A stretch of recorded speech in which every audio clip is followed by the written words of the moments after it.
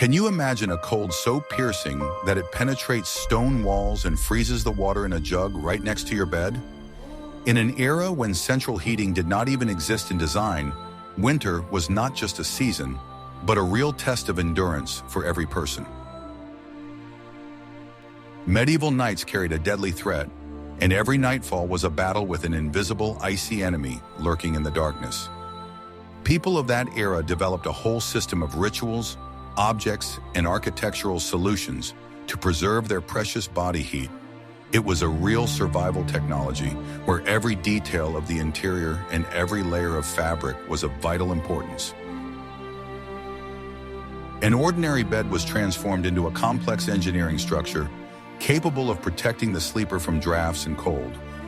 We are used to thinking of sleep as rest, but for our ancestors it was a nightly strategic operation. Watch the video to the end to learn how medieval sleep engineers used hot stones and closed wooden boxes to survive nights that could kill any modern person. What if I told you that everything you believed was untrue, and that a bed in the Middle Ages was not a piece of furniture at all, but a separate room? The most reliable way to stay warm was to create an insulated space where the icy air from the main room could not penetrate. The bed was a massive wooden box with high sides and a thick roof, resembling a huge wardrobe laid on its side. Inside this box, a microclimate was created that was radically different from the temperature in the rest of the house. Wooden panels reliably protected the sleeper from the drafts that swept through stone castles and wooden huts. The entrance to this sleeping space was often closed with heavy doors or tight bolts, turning the bed into an impenetrable capsule. People literally locked themselves in a wooden box for the night, cutting themselves off from the outside world in the cold. Inside such a structure, the heat emanating from the human body did not dissipate throughout the room, but remained inside, warming the space. The temperature difference inside and outside such a cupboard could reach 10 degrees, which was critical for survival. This solution was so effective that similar box beds were used in the northern regions of Europe for many centuries. Carpenters of that time approached the creation of such beds with incredible care, fitting the boards so that there were no gaps. The bottom of the bed never stood on the floor. It was always raised to an impressive height. This was done to avoid contact with the coldest layer of air, which always accumulates at the bottom. An air gap formed under the bed, acting as an additional insulator from the frozen ground or stone slabs. Often, the space under the bed was used to store chests, which created another barrier against the cold. Inside this wooden fortress, the walls were often covered with fabric or felt for extra warmth and comfort. This prevented the body from coming into contact with the cold wood and created a feeling of coziness in the enclosed space. The dimensions of such a bed were strictly calculated. It should not be too spacious so that it would be easier to warm it with one's breath. Often, sleeping places were made shorter than a person's height, forcing them to sleep in a semi-sitting position, which was also considered beneficial to health. In this case, cramped conditions were synonymous with warmth and safety. Special benches or ladders were used to climb into the high box bed, which were then stored inside at night. Climbing into such a bed, a person seemed to enter another world, protected from the harsh reality of a winter night. Closing the doors behind them, they could feel relatively safe while the blizzard raged outside. Even in the poorest homes, people tried to organize their sleeping quarters according to the principle of a niche or a fenced-off corner. This allowed them to save firewood, as there was no need to heat the entire hut to a high temperature. The concept of a room within a room is a striking example of how people adapted their living environment to their physiological needs without complex technology. Wood, being an excellent heat insulator, was heated by the body and slowly gave off heat back. This design made it possible to survive even those nights when the fire in the hearth went out completely and the house cooled down to the outside temperature. It was a brilliantly simple solution dictated by harsh living conditions. Today we call it zoning, but back then it was a matter of life and death. We'd love to hear your thoughts. Do you think you could fall asleep in a completely enclosed wooden box, or would a bout of claustrophobia be inevitable? Let us know in the comments. Are you ready to learn the truth about how luxurious canopies originally had nothing to do with the wealth and status of their owners? These massive fabric structures appeared solely as a utilitarian means of combating the unbearable nighttime cold.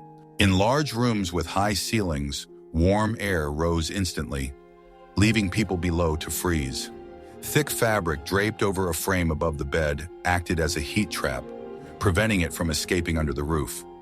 It was a kind of fabric ceiling that lowered the comfort level to human height. The material for such canopies was chosen to be as dense as possible, often using heavy velvet or woolen cloth. Several layers of fabric created air pockets that served as excellent thermal insulation. The canopy covered the bed on all four sides, completely isolating the sleeper from the rest of the room. The fabric had to be heavy enough not to sway in the breeze and fit snugly to the floor or bed base. Canopies were often made double. The outer layer was made of coarse, durable fabric, and the inner layer was made of softer fabric that was pleasant to the touch. The canopy always had a roof made of fabric or wood on top to prevent heat from escaping vertically upwards. Inside such a tent, the temperature rose much faster than in an open room, thanks to the warmth of the human body. This created a comfortable zone where people could take off their outer clothing and truly relax. Drawing the canopy was the final act of the day, a sign that the fight against the cold was entering a passive phase. Even if the wind was blowing in the room, the warm air remained still inside the fabric cube. Caring for such huge pieces of fabric required considerable effort. They were regularly cleaned and aired. The canopy fastenings were made of sturdy wood or metal to support the weight of heavy winter curtains. In poorer homes, coarse linen or old blankets hung on ropes were used instead of velvet. The principle remained the same, to create a barrier between the person and the cold interior of the dwelling. Sometimes the fabric was impregnated with wax or oils to make it less permeable to air. The color and pattern of the fabric could be pleasing to the eye, but its main function was to protect against physical, environmental factors.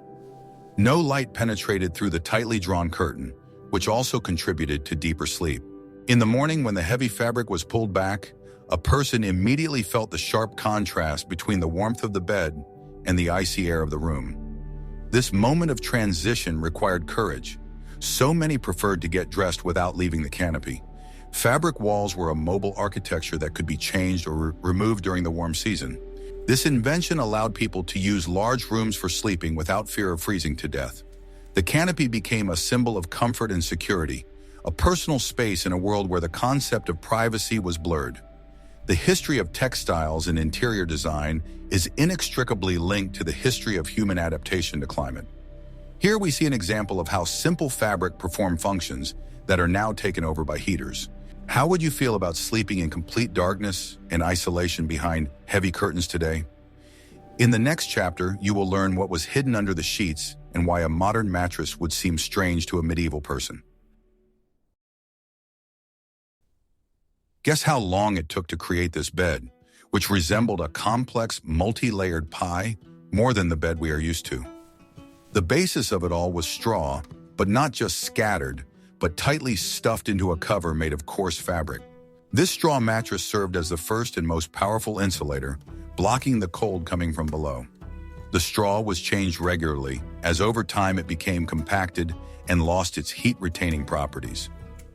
Fresh, dry straw created a springy layer full of air, which, as we know, is excellent at retaining heat. On top of the straw mattress, a feather bed was placed, a huge bag filled with goose or duck down in feathers. The feather bed was a real treasure in the house, passed down from generation to generation and cherished like the apple of one's eye. Bird down has the unique ability to trap warm air between millions of tiny fibers. A person literally sank into this feather bed, and it enveloped their body on all sides, creating a thermos effect. The richer the family, the higher and fluffier the feather bed, sometimes requiring a ladder to climb onto this Mont Blanc. But the layers did not end there. Linen or hemp sheets were spread over the feather bed. Linen has the property of quickly warming up from the body, although it feels cold to the touch at first. Heavy woolen blankets were thrown over the sheets, felted so tightly that they resembled felt. Wool has excellent hygroscopic properties, wicking moisture away from the body and retaining dry heat. The number of such blankets could reach a dozen in the most severe frosts.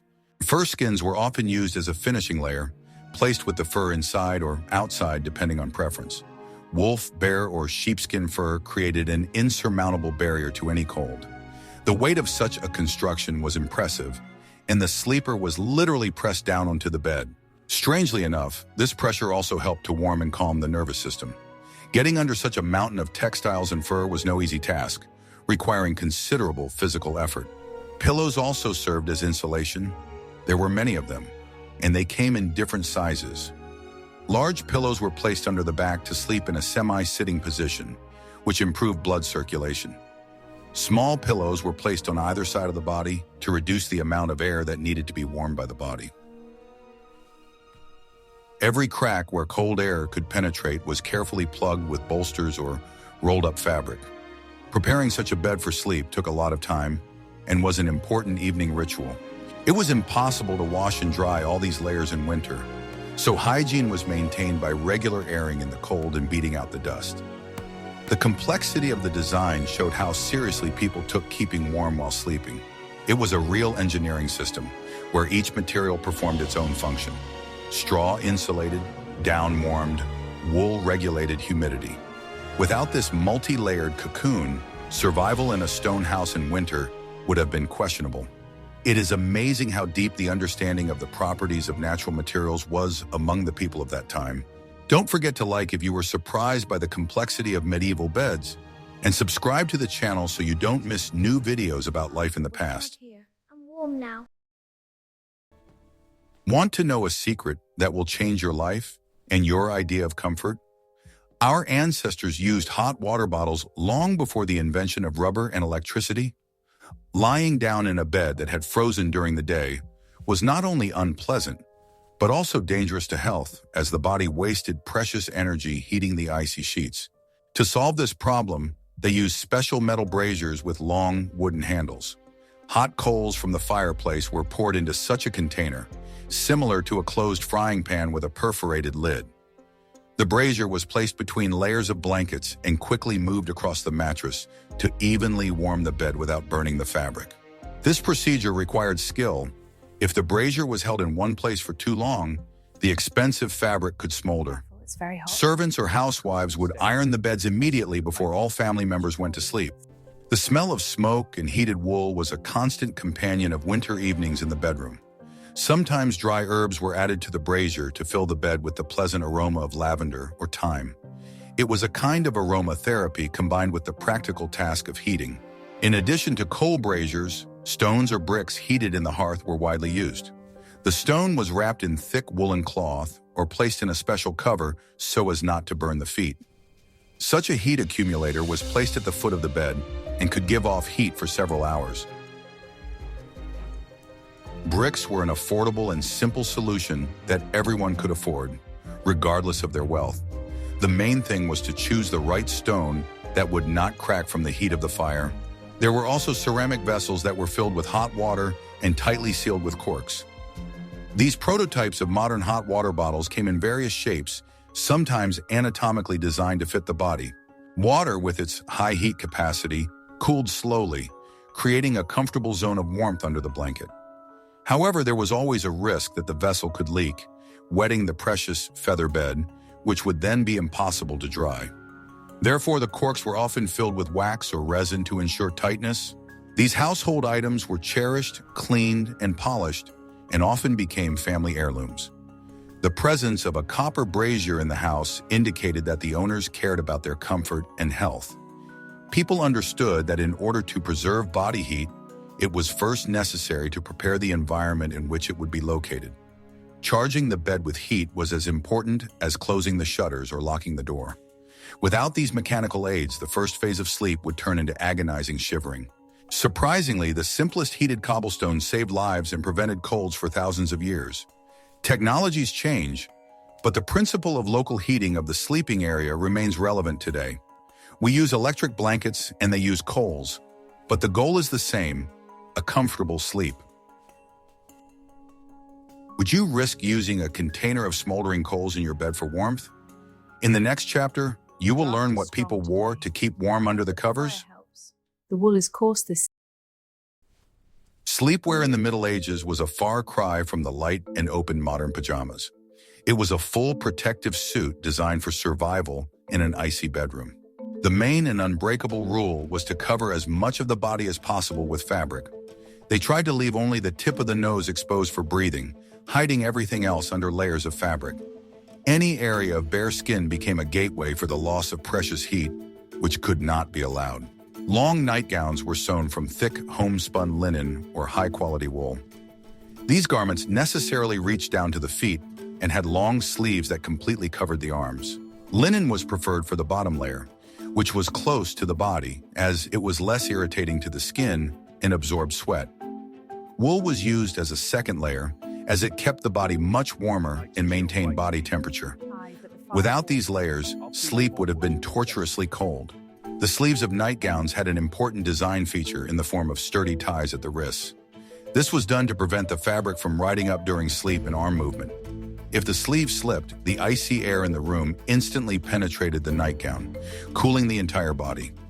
The tight cuff created an airtight seal, keeping the warm air inside the sleeve. It was a simple but effective engineering detail of nightwear. Aye, but it warms us. Special and perhaps the most important attention was paid to protecting the head of a sleeping person. People of that time understood purely empirically that a tremendous amount of heat escapes through an uncovered head. A nightcap was a strict and mandatory attribute for both men and women. This rule was observed by all classes, from poor peasants to kings and dukes. Going to bed with an uncovered head in winter was considered the height of recklessness and stupidity. These were thick, knitted or sewn caps that fit tightly around the skull and covered the ears. They often had long ties under the chin to prevent the cap from falling off when a person tossed and turned in their sleep. If the cap fell off at night, the person risked waking up with a bad cold or ear infection. Women's caps could be more complex and beautiful in design, with embroidery or lace. However, their main function of thermal insulation remained unchanged. The seams on underwear were made to be flat and very soft, often turned inside out. This was important because people often slept on fairly hard straw mattresses. A rough seam could press against the skin and cause pain, interrupting a restful sleep. Seamstresses paid great attention to this technical detail when sewing. The comfort of a nightgown was determined by the quality of its lining. The collar of the shirt was often equipped with a drawstring that allowed the neckline to be tightened at night. The fabric tightly covered the neck, creating a barrier and preventing the warm air from escaping. Without this cord, the shirt would act like a chimney, letting heat escape through the top opening. This complete outfit allowed a person to get out of bed at night if necessary. It was possible to walk to the chamber pot or check the dying fire without risking instant freezing to the bone. The fabrics for nightwear were chosen to be exclusively natural and most often undyed. Dyes were expensive and could cause irritation when in prolonged contact with heated skin. The use of simple fabrics allowed people to avoid unnecessary chemical exposure and unnecessary financial costs. The natural grayish color of linen and wool was the standard for bedrooms at that time. Practicality always took precedence over aesthetics when it came to sleepwear. A large amount of scarce fabric was used to make such voluminous nightgowns. This made high-quality and warm sleepwear a very valuable family asset. Such shirts were carefully preserved, every hole was neatly mended, and they were passed on to younger family members. Worn-out adult shirts were often resewn for children, extending the life of the fabric for years to come. Textiles were too expensive to be thrown away because of minor defects. The presence of special separate sleepwear was in itself a sign of wealth and status. It spoke of the high culture of the family's everyday life and the ability to have a change of wardrobe. The poor, on the other hand, often slept in the same clothes they wore all day and worked in. They simply added extra layers of rags or covered themselves with a traveling cloak. But even in this case, they strictly observed the rule of covering their heads and keeping their feet warm. This peculiar night armor was the last reliable line of defense for a person. It stood between the warm living body and the cold, hostile world of a night castle or hut. A person completely wrapped in a hood, a long shirt, and thick socks looked peculiar. Perhaps this image seems funny and a little ridiculous to us, but for the people of that time, It was absolutely logical and justified. It was a purely functional fashion, dictated by the harsh necessity of physical survival. Beauty and elegance took a back seat when it came to staying healthy in an icy home. Every detail of this strange costume had been tested by centuries of bitter experience of freezing. Good night, Father. People knew the value of warmth and knew how to preserve it by all available means. I'm not tired.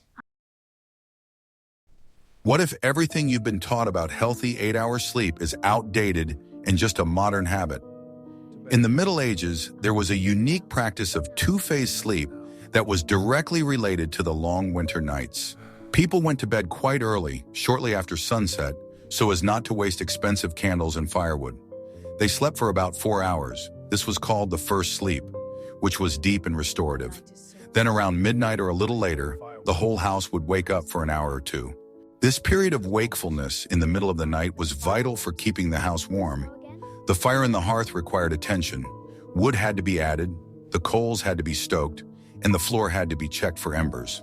If everyone slept soundly for 8 hours, the house would be completely cold by morning, and rekindling the fire in the icy stove would be a difficult and time-consuming task. Night vigils allowed the temperature to be maintained at an acceptable level until morning. In addition, during this time, people prayed, talked quietly, and did quiet household chores. Activity in the middle of the night stimulated blood circulation and allowed the body to generate a portion of internal heat before the second sleep. People could drink hot broth or eat something light to give their bodies energy for heating. After this period of wakefulness, the second sleep began, which lasted until dawn. This rhythm was natural for the body in the absence of artificial lighting and allowed it to synchronize with natural cycles. Winter nights were too long to sleep through without getting cold or hungry. Researchers find many references to first and second sleep in literature, medical treatises, and court records of the time. It was considered normal and no one complained of insomnia when waking up in the middle of the night. On the contrary, this break was used for reflection and planning the next day in silence. Psychologically, it also broke the endless, dark, cold night into 2 shorter, more manageable segments. This helped combat winter depression and feelings of hopelessness from the constant darkness. In the morning after the second sleep, a person felt rested despite the break. The practice of segmented sleep only disappeared with the advent of affordable street and home lighting. But for medieval people, it was part of survival technology, a way of managing time and heat. They did not fight the nature of their bodies but used its characteristics to adapt to the cold. Have you ever tried splitting your sleep into 2 parts, and how did it affect your well-being? In the next chapter, you will learn how people used each other as living batteries. Information about this delicate moment is often avoided in historical novels, but the facts speak for themselves. The day awaits. Sleeping together was the absolute norm and a strict necessity, not a question of ethics, morality, or some kind of debauchery. Loneliness in a cold room in winter was an unaffordable luxury that only kings or very wealthy people could afford. They had a huge supply of firewood and servants to keep the fire going all night, which ordinary mortals did not have. For most people, the bed was a place of collective survival, not solitude. Ordinary people, from peasants to small craftsmen, always slept in tight groups. Husbands slept with their wives, brothers with their sisters, and servants and apprentices often slept right there, in the same room or even in the same large bed. Everyone literally huddled together, trying to minimize heat loss through contact with the cold air. It was pure physics, which people understood instinctively, without textbooks. Science confirms the wisdom of our ancestors. The human body emits about 100 watts of heat at rest. A group of 3 or 4 people huddled together worked like a powerful and free oil heater at night. Under one large heavy blanket, a unique shared microclimate with a high temperature was created. It was much easier to maintain this thermal pocket through joint efforts than to try to keep warm individually in different corners. There was a strict, centuries-old order for arranging the family bed. It was dictated by the internal hierarchy of the family, but first and foremost by purely practical considerations of heat conservation. Small children or frail elderly people were always placed in the middle of the bed, in the most protected and warmest place. These were the family members most vulnerable to the cold, who could freeze first without outside help. The stronger and more resilient adults, usually the head of the family and the older sons, lay at the edges of the bed. They took the brunt of the cool room air and possible drafts from the walls. It was a kind of living wall of warm bodies, protecting the weakest members of the family from the night chill. The intense heat exchange between bodies allowed the family to survive even on those terrible nights when the water in the bucket froze to the bottom. Guests who happened to be caught in the house at night or who had come from far away were also invited to this shared bed. Refusing a frozen traveler a place under the blanket was considered a serious crime and a violation of the laws of hospitality. It was perceived as the highest act of Christian charity and necessary mutual aid. There was no erotic subtext in this gesture, only the desire to save one's neighbor from death. The saying "cramped but not offended" perfectly describes the atmosphere of winter nights in the Middle Ages.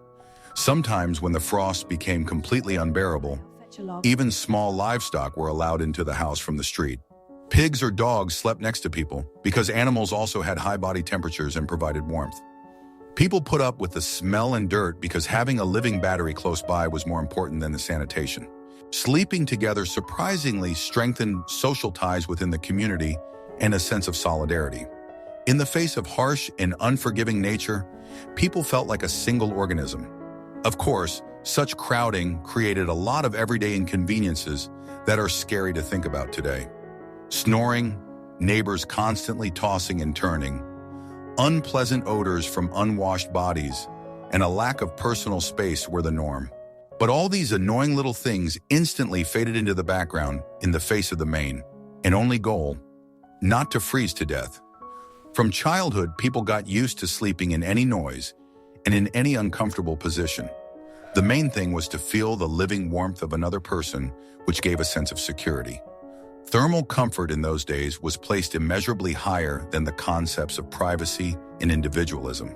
This practice of collective sleeping persisted in European villages for a very long time, until the end of the 19th century.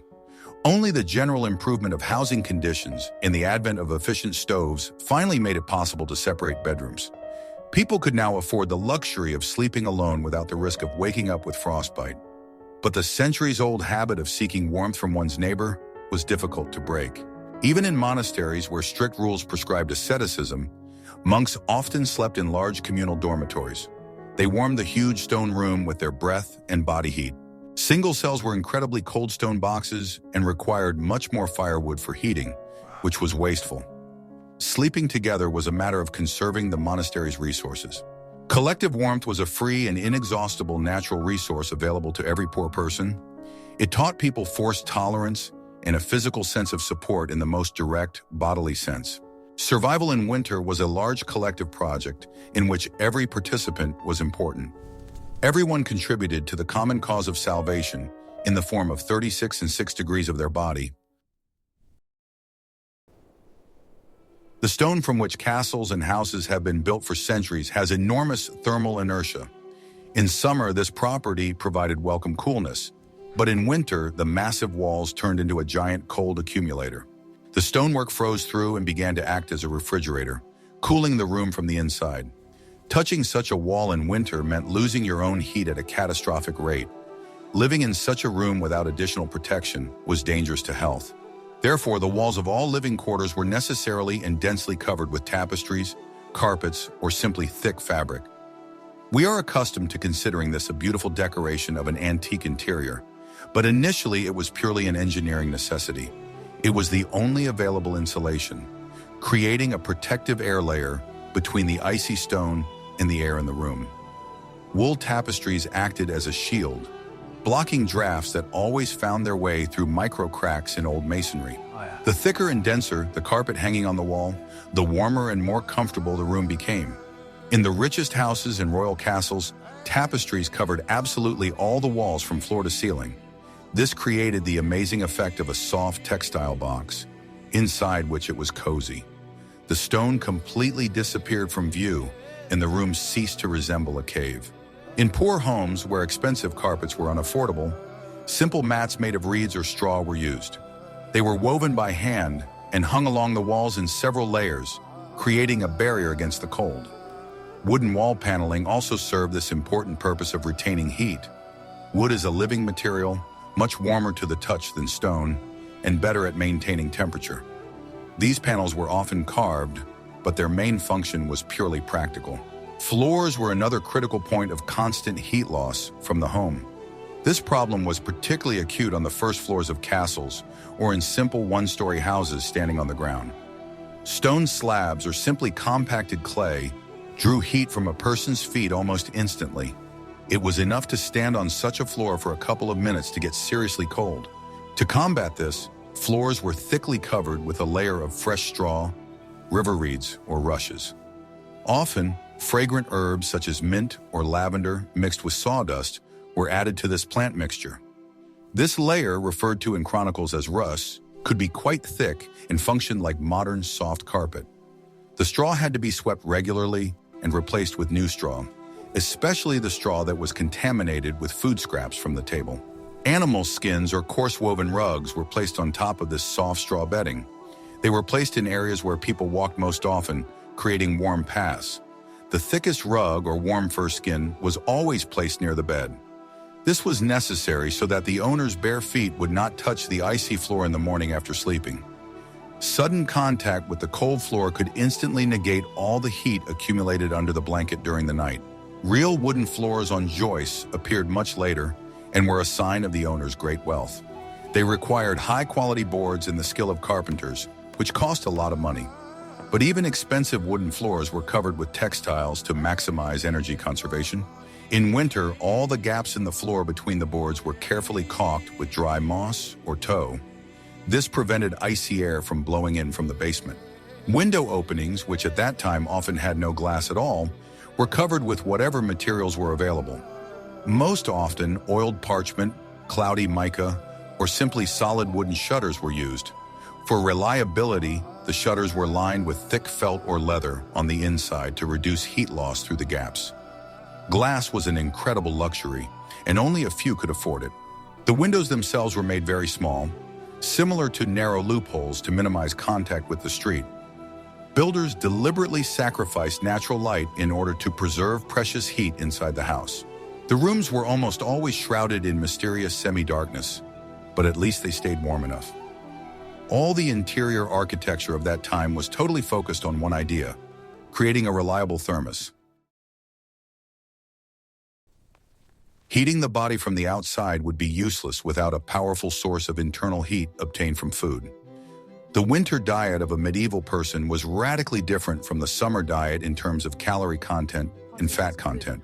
Before going to bed, people tried to eat something filling that took a long time to digest so that the body would produce energy throughout the night. Thick soups made with meat broth, porridge with lard, and bread soaked in fat were fuel for the metabolic furnace. Going to bed hungry in winter meant waking up from the cold after a couple of hours. Fat was the main savior. Pork, goose, and mutton fat were added wherever possible. It provided the energy needed to maintain a body temperature of 36.6 degrees Celsius in an environment close to freezing. Hot drinks with spices and honey before bed were also popular. Spices such as pepper, ginger, or cloves, if available, stimulated blood circulation and created a feeling of warmth in the stomach. Alcohol in small doses in the form of mulled wine or ale was also used as a vasodilator. However, alcohol had to be consumed with caution. Dilated blood vessels quickly release heat, so it was drunk while in bed under the covers. An important element was the consumption of hot food while it was still hot. Clay dishes retained heat well, allowing soup to stay warm for a long time. Dinner was the most important meal in terms of survival at night. Saving on food in winter could cost lives, so supplies were carefully prepared in the fall. The body adapted to this regime by slowing down metabolism during the day and activating it at night for warmth. People intuitively knew which foods warmed and which cooled. Vegetables and fruits considered cold in nature were practically excluded from the diet in winter or subjected to prolonged heat treatment. Everything was aimed at turning the stomach into a boiler that sustained life. Even fasting days in winter were observed with calorie requirements in mind, replacing animal fats with vegetable oils and nuts. Food was a strategic resource that was distributed by the head of the family. The fattest pieces went to those who worked outside and to children. This understanding of the connection between nutrition and thermoregulation was the basis of folk medicine and everyday wisdom. The internal fire was maintained as diligently as the fire in the hearth. Without the right winter menu, no amount of feather beds would have saved people from hypothermia. The heart of any medieval home and the main source of life was the hearth, and the ability to manage it properly was a real art. The fire could not simply be left burning unattended overnight. The wood would burn too quickly, and the precious heat would simply escape up the chimney, leaving the sleepers in the cold. To avoid this, there was a special technique for preserving the fire, developed over centuries, called banking. It was a daily evening ritual on which the next morning depended. The process was as follows. The red coals were raked into a dense pile in the center of the hearth. Then this hot mound was generously covered with a thick layer of gray ash that had accumulated during the day. The ash acted as a thick blanket, blocking oxygen from reaching the fuel. This prevented the coals from burning with an open, bright flame, but kept them smoldering inside the pile until dawn. From the outside, the pile looked dead, but inside it, life glowed. This allowed the precious embers to be preserved for the long hours of nighttime rest. In the morning, the owners did not have to waste energy, time, and tinder on the painful task of lighting a fire from scratch with frozen fingers. It was enough to simply rake the gray ashes, put a little dry kindling on top, and blow lightly. The flame came to life almost instantly, and the house began to fill with warmth. This time, saving was critically important in the short winter days. Fireplaces in the bedrooms of wealthy people were much more complex than simple peasant hearths. Architects designed them to reflect as much heat as possible into the living room, rather than heating the street. The back wall of the fireplace was often lined with massive cast iron plates bearing the owner's coats of arms. The metal accumulated intense heat during combustion and continued to give off heat long after the fire had gone out. This turned the fireplace into a huge battery. The chimneys in such houses had special rotary dampers to regulate the draft. They were always closed at night, when the smoke had completely disappeared, to prevent warm air from escaping from the house. The pipe worked like a powerful pump, drawing out heat, and the damper was the only barrier. However, this action was associated with a huge mortal risk for the occupants of the bedroom. If the damper was closed too early, when the coals were still emitting gas, it was possible to suffocate in one's sleep and not wake up. Carbon monoxide is odorless, so the most experienced and sober person always monitored the condition of the hearth. A mistake in this matter could cost the whole family their lives. Therefore, the servants checked the coals with particular care before sealing the pipe. For nighttime heating, they used strictly defined types of wood that were prepared in advance. Preference was given to dense, slow-burning logs such as oak, beech, or elm. They provided an even, long-lasting, and strong heat without unnecessary sparks and crackling. Coniferous species were avoided at night because they burned quickly and could shoot embers. Fire safety was paramount when everyone in the house was asleep. The location of the beds in relation to the hearth was also a strategically calculated decision. People slept not too close to the fire so as not to overheat and breathe in the smoke that often entered the room. But it was also impossible to place the bed too far away in order to remain in the zone of pleasant radiant heat. There was a golden mean where the temperature was comfortable for sleeping under a blanket. There was often a quiet struggle for this place in the bedroom. The hearth was the undisputed center of life, around which the entire domestic universe revolved. Wet clothes and shoes were hung around the fire to dry at night. Water was heated here in copper basins, and stones were warmed, which were then placed in bed as hot water bottles. Caring for the hearth was almost a sacred ritual, ending a difficult day and beginning a new one. A hearth that went out at night was considered a very bad omen and a major domestic problem. The subtle art of keeping the fire alive was passed down from fathers to sons and from mothers to daughters. This required an intuitive understanding of the physics of combustion, draft, and the properties of various natural materials. The hearth was perceived as a living being that required constant feeding, care, and respect. It was thanks to the skillful management of this source of energy that the medieval house was transformed from an icy stone crypt into a livable refuge. In the morning, the first sound in the house was the clang of an iron poker stirring the coals. These coals keep It was the sound of hope for a new warm day. gently now. We need it to come. Medieval sleep was the result of a complex combination of architectural solutions, textile technologies, and social habits aimed at one goal: energy conservation. It was a daily struggle against entropy, where the stakes were higher than mere comfort. Looking back, we realize that many modern habits of comfort, from blankets to warm pajamas, originated in those harsh times. Which of these ancient survival methods did you find most inventive or perhaps applicable to modern life in the country? Write to us about what other aspects of everyday life and history you would like to learn about in future videos. Be sure to subscribe to the channel to continue our journey into the past.